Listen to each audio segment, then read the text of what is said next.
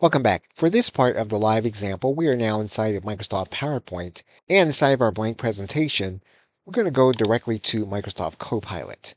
And what we're going to do is we're going to click on Create a Presentation. We're going to cut and paste into the prompt area our summary.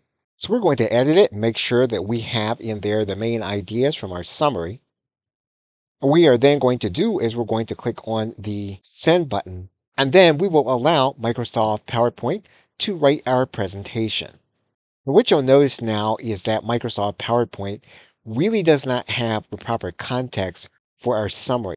So we've made some changes to the prompt, and we're now going to click Send, and we're going to ask Microsoft PowerPoint to write our presentation.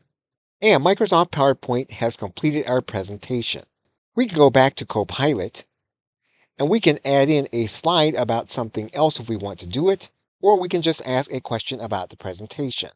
And again, in order to determine what we can do with Copilot, all we would need to do is to go to the prompts area, view more prompts, and then we'd be able to see what else we would be able to do. Okay, so with that, thanks, and I will see you in another video.